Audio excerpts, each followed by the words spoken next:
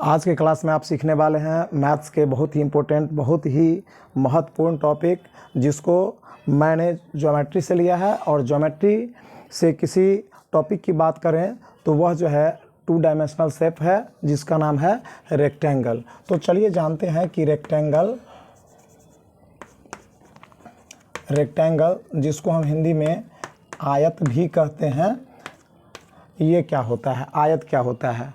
तो आयत जो है ऐसे ज्योमेट्रिकल शेप है, ऐसे ज्योमेट्रिकल फिगर है नहीं जिसमें लेंथ होता है और विड्थ होता है।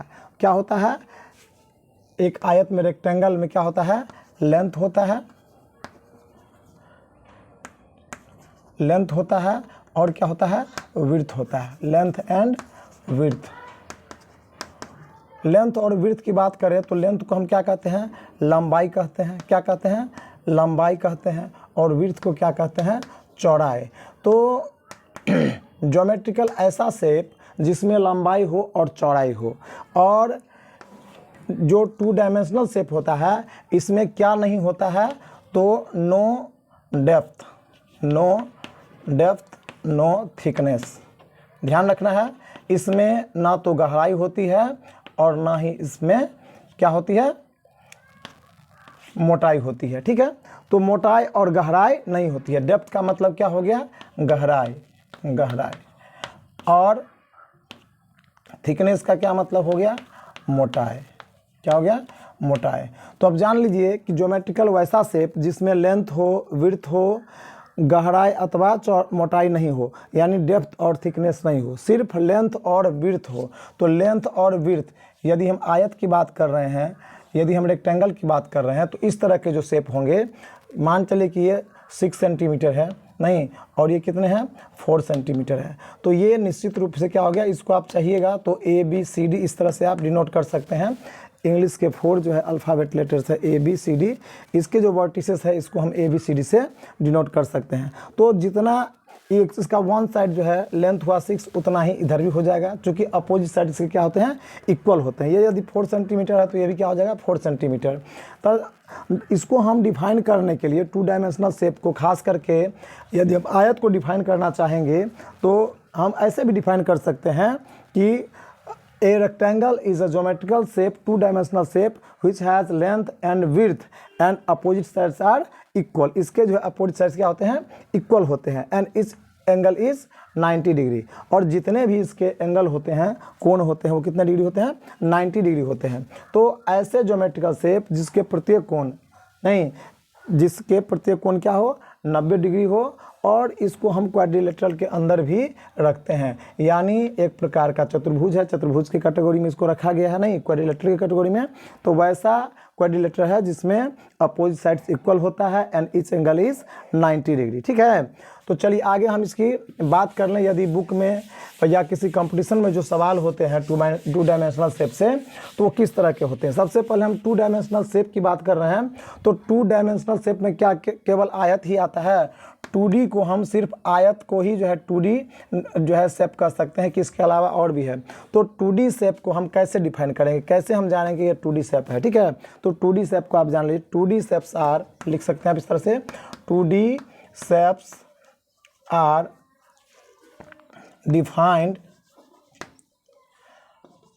defined as plane figure। Plane figure, यानी 2D शेप को हम एक प्लेन फिगर के रूप में डिफाइन कर सकते हैं, जिसे हम क्या कर सकते हैं, दैट कैन बी ड्रॉन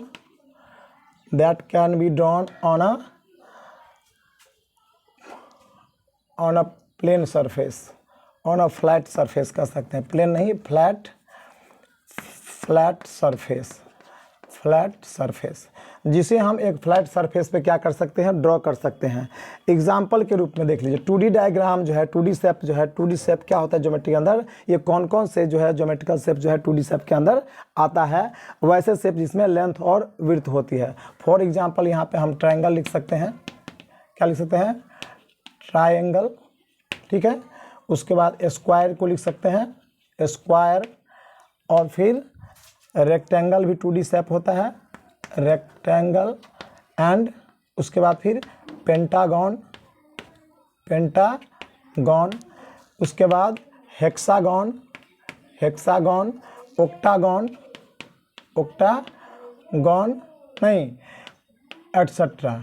ठीक है, तो कहने का मतलब ये सारे शेप जो है, ज्योमेट्रिकल शेप जो है, ये सारे के सारे क्या है, 2D शेप है। क्यों 2D शेप है?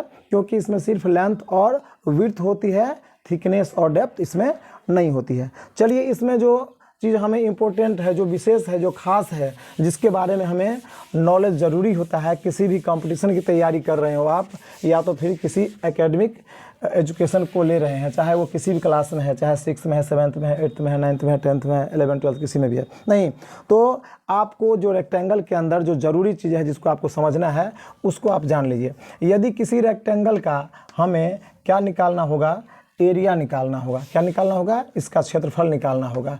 तो क्षेत्रफल निकालने के लिए हम इसके कौन से फॉर्मूले यूज़ करेंगे? इस मेन फॉर्मूले की हम बात कर लेते हैं। किसी भी रेक्टेंगल का एरिया निकालने के लिए हम क्या करेंगे? इसके क्षेत्रफल। तो हम यहाँ पे लिखते हैं एरिया ऑफ रेक्टेंगल। क्या? Area of rectangle. Area of rectangle क्या हो जाएगा?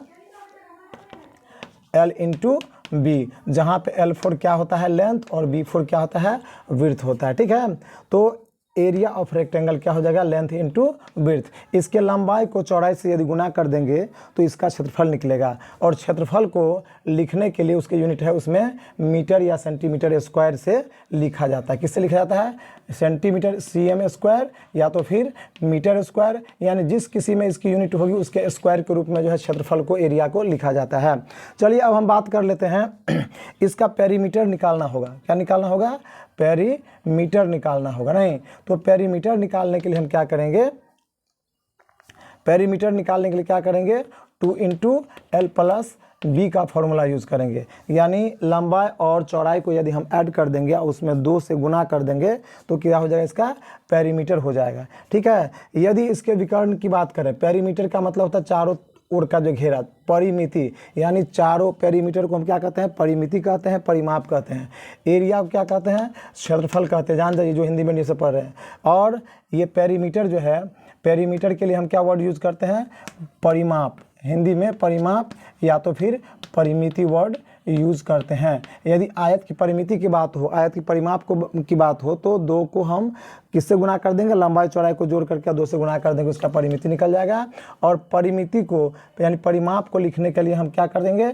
मीटर या सेंटीमीटर से लिखेंगे, इसमें स्क्वायर नहीं होगा।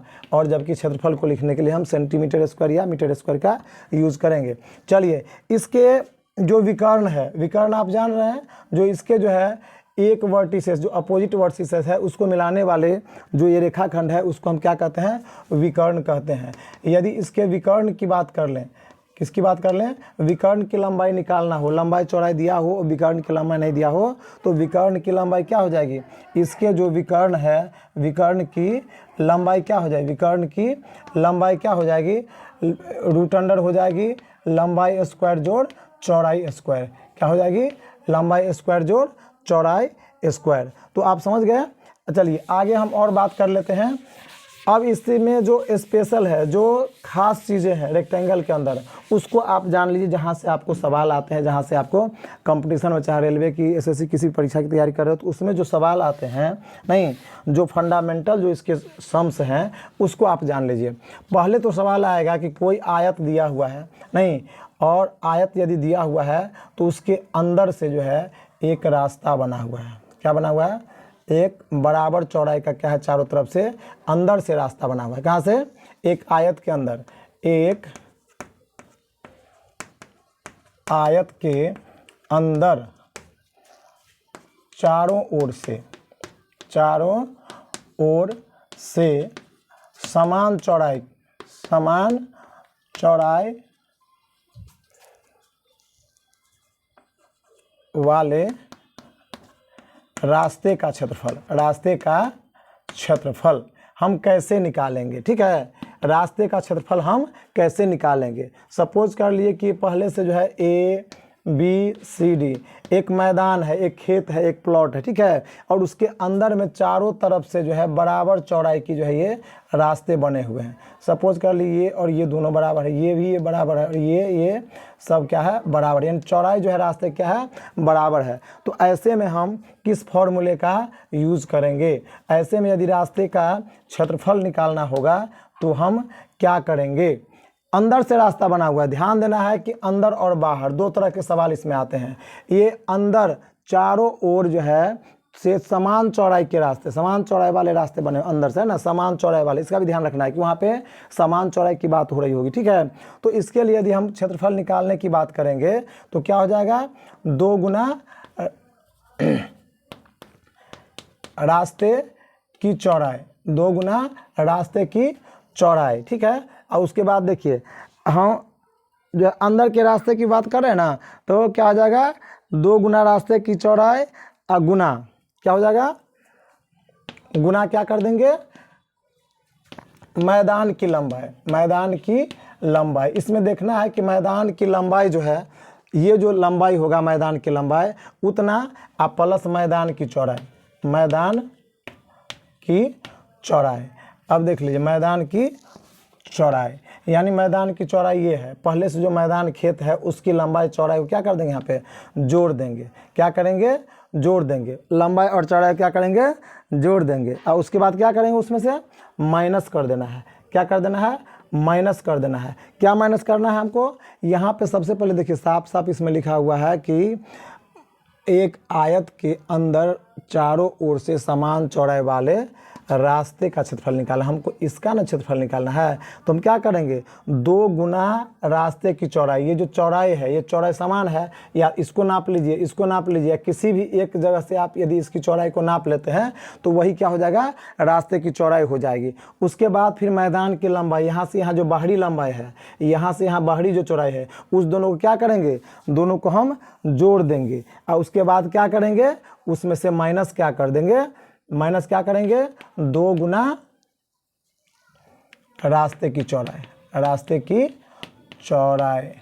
इसमें से जो है रास्ते की चौड़ाई को 2 से गुना करके और क्या कर देंगे? इसमें से माइनस कर देंगे। यानी जो बड़ी कोष्टक है इसके अंदर की जो ये है फॉर्मूले है उसको हम क्या करेंगे? पहले ब्रेक करेंगे और उसके बाद फिर जो है इसका जो है हल निकल जाएगा। तो मेन है आपको क्या करना है? इस फॉर्मूले को याद रखना है, ठीक है।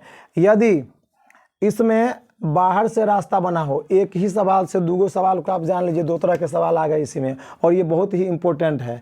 यदि इसमें क्या हो कि बाहर से रास्ते बने हो, सपोज कर लीजिए कि मैदान पहले से ऐसा है आयताकार और इसमें बाहर से जो है ये ABCD मैदान है, क्या है? ABCD मैदान है और बराबर चौड़ाई वाले जो है बाहर से रास्ता बन गया, बराबर चौड़ाई वाले नहीं। तो अब ये रास्ता जो बाहर से बना हुआ है उसका क्षेत्रफल हम कैसे निकालेंगे? तो इसमें क्या करेंगे? जोड़ देंगे। क्या करेंगे? जहाँ से माइनस है ये फॉर्मूला एज इट इज रहेगा यहाँ तक पूरा का पूरा, और यहाँ पे माइनस के जगह पे हम क्या कर देंगे? प्लस कर देंगे। यानी 2 गुने रास्ते की चौड़ाई नहीं इनटू मैदान की लंबाई जोड़ मैदान की चौड़ाई और प्लस 2 गुने रास्ते की चौड़ाई, इसका क्या हो जाएगा? यहाँ पे प्लस साइन हो जाएगा। यही फॉर्मूला जो है सिर्फ यहाँ पे प्लस कर देंगे तो इसके क्षेत्रफल निकालने के लिए वो काम आ जाएगा, ठीक है। तो आपको ये 2 जो है बहुत ही इंपॉर्टेंट सवाल जो है, जो 2 टाइप्स के सम्स है, ये बिल्कुल बराबर पूछे जाते हैं एग्जाम में। यदि किसी भी क्लास में आप पढ़ रहे हो और रेक्टेंगल चैप्टर से आपको कोई सवाल आता है तो ये दोनों फॉर्मूले तो है ही, साथ में एक फॉर्मूले एक सिंगल एक और टाइप का जो सवाल और भी आता है, वो सवाल क्या है उसको देख लीजिए आप कि उस सवाल क्या है, ठीक है। वो सवाल है कि किसी आयताकार मैदान के ठीक बीचों बीच, ठीक है, लिख लीजिए पहले, किसी आयताकार खेत या मैदान, ठीक है, कुछ भी रहेगा, प्लॉट कुछ लिखल रहेगा, खेत या मैदान के ठीक बीचों बीच, ठीक बीचों बीच, ध्यान दीजिएगा, ठीक बीचों बीच समान लंबाई का, क्या, या समान चौड़ाई का, समान लंबाई नहीं कर सकते, समान चौड़ाई का रास्ता बना हुआ है, रास्ता बना है, तो रास्ते का क्षेत्रफल क्या होगा? रास्ते का क्षेत्रफल क्या होगा? रास्ते का पूछ दे या रास्ते के क्षेत्रफल को छोड़ करके शेष मैदान का क्षेत्रफल पूछ दे तो कोई दिक्कत नहीं है, मैदान का क्षेत्रफल निकाल लेंगे। उसमें रास्ते का जो क्षेत्रफल जो होगा यदि बीचों बीच बना हुआ है तो उसको हम माइनस कर देंगे, यानी आयत के क्षेत्रफल में से, आयताकार जो मैदान है उसके क्षेत्रफल में से हम रास्ते का क्षेत्रफल घटा देंगे। और यदि सिर्फ रास्ते का क्षेत्रफल पूछ रहा है तो रास्ते का क्षेत्रफल हम फॉर्मूला से निकाल लेंगे। कैसे निकालेंगे अब देख लीजिए, कैसे निकालेंगे। रास्ते की चौड़ाई, क्षेत्रफल क्या होता है, क्षेत्रफल क्या निकालेंगे, कथी का क्षेत्रफल, रास्ते का क्षेत्रफल, रास्ते का क्षेत्रफल, रास्ते का क्षेत्रफल निकालना होगा हमें। तो रास्ते का क्षेत्रफल कैसे निकालेंगे, अब सबसे पहले आप फिगर को देख लीजिए, कैसे फिगर बनेगा इसका फिगर कैसे बनेगा, चित्र कैसे बनेगा उसको जान लीजिए। देख लीजिए आयताकार मैदान है, ABCD से हम इसको नोट कर दिए। अब यहाँ पर ठीक बीचों बीच की बात किया जा रहा है, तो ठीक बीचों बीच देख लीजिए कैसे हम रास्ता बनाएंगे। नहीं, मान लेते हैं कि ये ठीक बीचों बीच क्या है, ये रास्ते बने हुए हैं जिसकी चौड़ाई क्या है, समान है। ठीक है, यहाँ पे 4 प्लॉट में ये बट गया, बराबर 4 प्लॉट में ये बट रहा है। ठीक है, आपको इस क्षेत्रफल का जो बाहर अंदर का जो ये रास्ता बना हुआ है बीचों बीच समान लंबाई का, समान चौड़ाई का, ये जो 2 रास्ते ठीक बीचों बीच बना हुआ है, ठीक बीच में है। यदि ये 6 है तो ये भी 6 होगा यहाँ से यहाँ तक। ठीक है, और यदि ये 2 है तो यहाँ पे भी ये 2 और ये भी 2 और ये भी 2। समझ में आ रही है बात, ये सब क्या है, समान चौड़ाई है। ठीक है, और इस तरह का कोई मैदान है और इस रास्ते का सिर्फ क्षेत्रफल निकालना है आपको, तो आप किस फॉर्मूले पे इसका क्षेत्रफल निकालिएगा उसको देख लीजिए। तो रास्ते का क्षेत्रफल हम क्या करेंगे, रास्ते का क्षेत्रफल हम निकालेंगे। सबसे पहले लिखेंगे रास्ते की चौड़ाई, रास्ते की चौड़ाई क्या लिखेंगे, रास्ते की चौड़ाई। आप देख पा रहे हैं कि रास्ते की चौड़ाई जो है उसमें दिया हुआ है। ठीक है, और इंटू में क्या हो जाएगा, मैदान की लंबाई जोड़ मैदान की चौड़ाई। क्या करेंगे, मैदान की जो लंबाई है, यदि ये 6 है और ये 6 है और यदि ये 4 है ये 4 है तो 6 6 कितना हो जाएगा, 12, 4 4 कितना हो जाएगा, 8। मैदान की पूरे लंबाई चौड़ाई की बात हो रही है, तो इस तरह से क्या हो जाएगा, मैदान की लंबाई प्लस मैदान की चौड़ाई, मैदान की चौड़ाई। ठीक है, उसके बाद हम क्या कर देंगे, माइनस कर देंगे। क्या माइनस करेंगे, ये ब्रैकेट के अंदर है, रास्ते की चौड़ाई गुना मैदान की लंबाई। जो रास्ते की चौड़ाई यदि 2 है तो 2 लिखाएगा, मैदान की लंबाई यदि 6 6 12 है तो 12 लिखा जाएगा। मैदान की चौड़ाई की बात हो रही है तो 4 4 8 है तो 8 लिखाएगा। दोनों को क्या करेंगे, प्लस कर देंगे और उसमें से हमको माइनस कर देना है रास्ते की चौड़ाई को। किसको, रास्ते की चौड़ाई को क्या करना है, माइनस कर देना है रास्ते की चौड़ाई। ठीक है, अब देख पा रहे हैं आप कि रास्ते की चौड़ाई जो है यहाँ पे कितना है, 2 है, तो ये 2 को क्या कर देंगे, माइनस कर देंगे। एक जगह 2 से गुना है, किसमें, मैदान के लंबाई और मैदान की चौड़ाई को जोड़ करके 2 से गुना किया गया, उसमें से रास्ते की जो चौड़ाई है उसको घटा दिया गया। सिंपली जो आसान भाषाओं में समझ लीजिए इसको। ठीक है, तो इस तरह से हम जो है इस रास्ते का क्षेत्रफल निकाल लेंगे।